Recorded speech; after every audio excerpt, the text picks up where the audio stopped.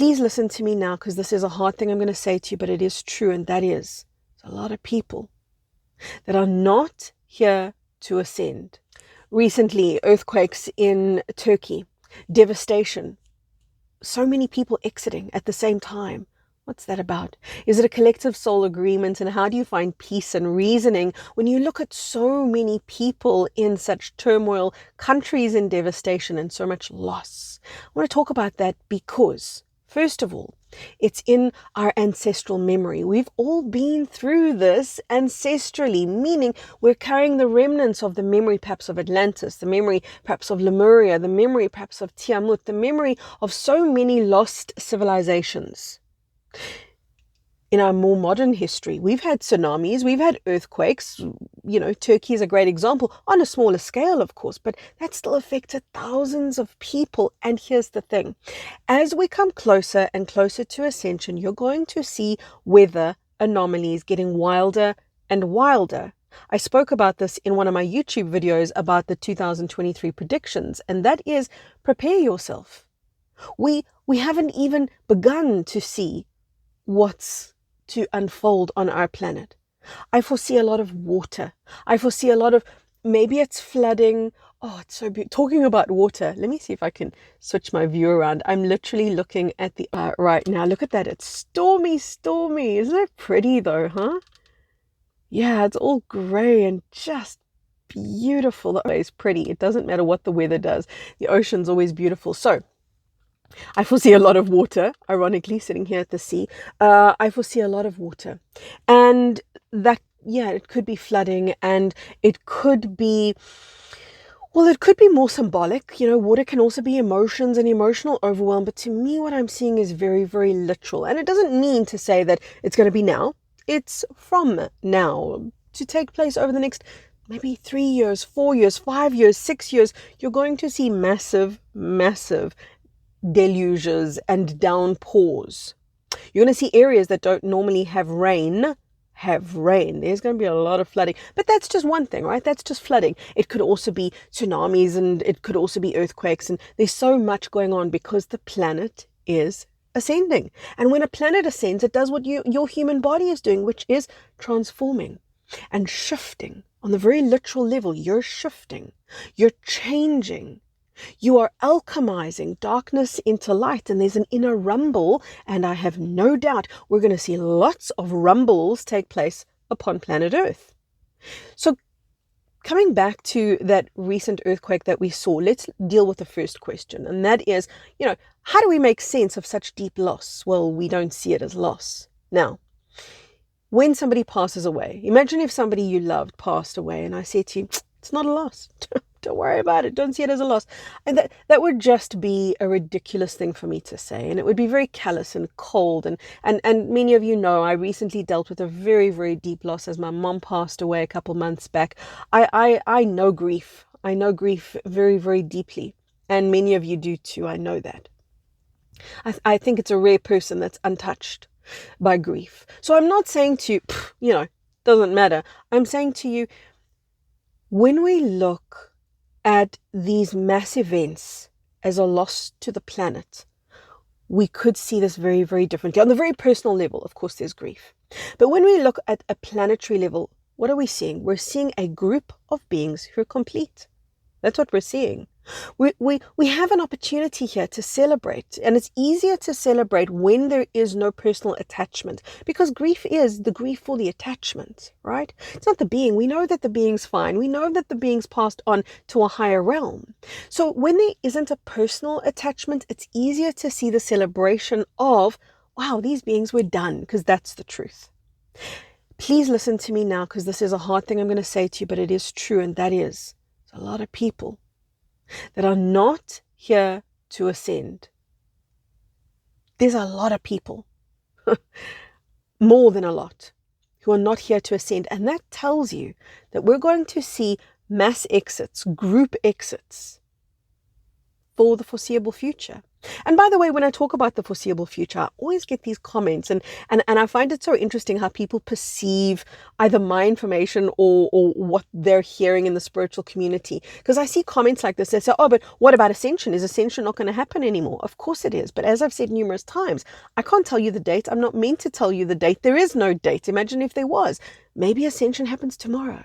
Maybe ascension happens in 10 years' time. We're on the brink of it, but what is the brink? In the grand scheme of things, how can I define the brink?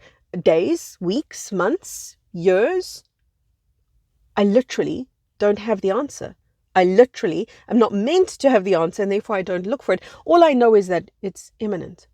But let's just say that we had 10 years between now and ascension. If, big if that were the case, man, oh man, you're going to see every single month and every single year accelerating into events on our planet that we would call perhaps cataclysmic.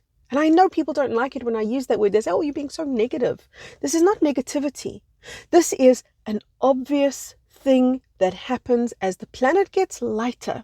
There will be darkness that exits. Am I saying therefore that everyone who exits is dark? Of course not. What I'm saying is, there will be people, many of them, who say, I'm not here to ascend for whatever reason. Maybe it's because they've ascended already and they don't need to go through any more trial and tribulation.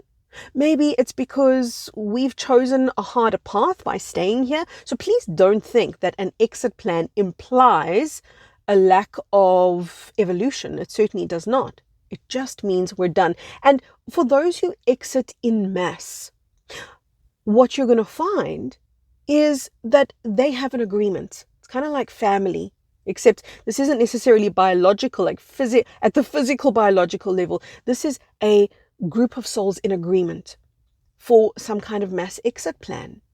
That mass exit plan can be because they're done, like I said, because they've got nothing left to learn, to evolve into. They've reached where they needed to reach, whatever their reasons are. And another thing is they could simply just not want to go further. There's going to be a lot of people who don't want to go further, and that's okay, and that's their choice. So that's why I said earlier, we can start to see people exiting not necessarily through the eyes of loss.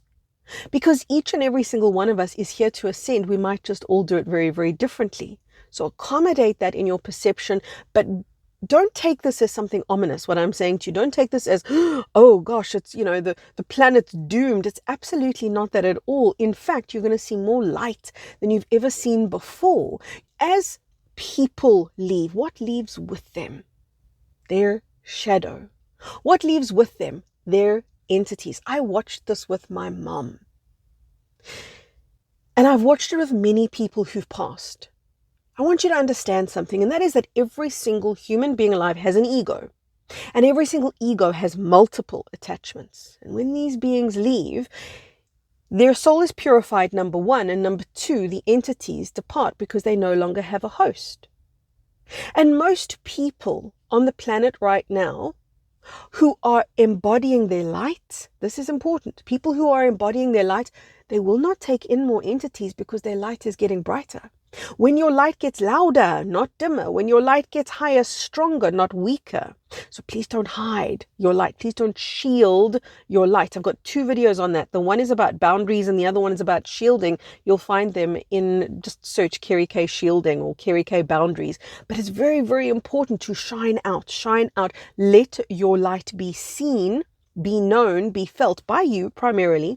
And with that being the case, when your light occupies more space, darkness has nothing to attach to, because you're beginning then to dissolve the ego. In these instances, as you become lighter and lighter, we then have a situation where we've got more entities than people who can host them. So this puts entities in a very desperate, dark situation. This puts entities without a food source. This is the equivalent of having a human being not have any food, right? You go a little bit moggy.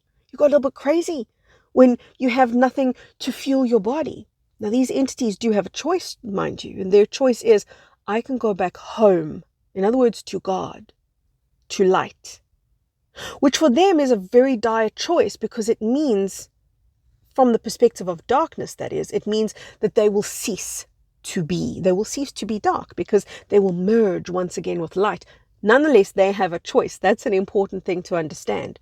So we're going to see a lot of people leaving. We're going to see a lot of darkness clearing.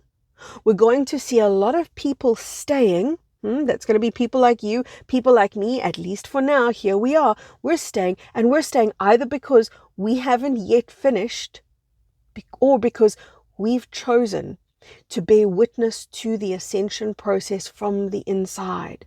And as witnesses, we are also pioneers. We are also front runners. I call us the spiritual warriors. Not because we're going to battle, not because we're going to war, but because we are drawing on a fierceness within ourselves to face who we are, what we've buried, the shame that got suppressed. It takes a warrior. It takes a hero's journey to walk through that level of personal growth. But here you are walking it. So there will be people who stay and they're going to grit their teeth and they're going to find the warrior within them. Then there are going to be those people who want to leave. There's a lot of those. There's a lot of people. I see them in my comment section sometimes. It evokes such compassion in me because I can't imagine that level of desperation where people say things like, I just want off. I'm done. I don't dig this place anymore. I want out. I've said this before, and I know it might sound very harsh, but it is the truth, and the truth is often harsh. The universe doesn't mind how long it takes you, how many lifetimes even it takes you to learn how to connect with your light, how to move beyond victimhood and self-pity, how to empower yourself and be your own solution. So when you're in that desperation, go into you, find the resource you've got inside of you to bring light and ask for support and guidance and love and reach out for it. Not to bring somebody down with you, but to pick you up, to help you gain the tools that you need to rise up. Those of you who are called, join my online community. That is where you take what I'm teaching you here to a quantum level. That is where you get your light activated at a level that words don't do justice to. If you've got the inner calling, then head to my website and check that out. I hope that this gives you a little bit of peace. A little bit of peace and a lot of preparation for what's coming up. We're living on a planet of change. But change always brings rebirth. Oh, would you remember that? Change always brings rebirth. So embrace your change. Lots of love, everyone. Bye-bye for now.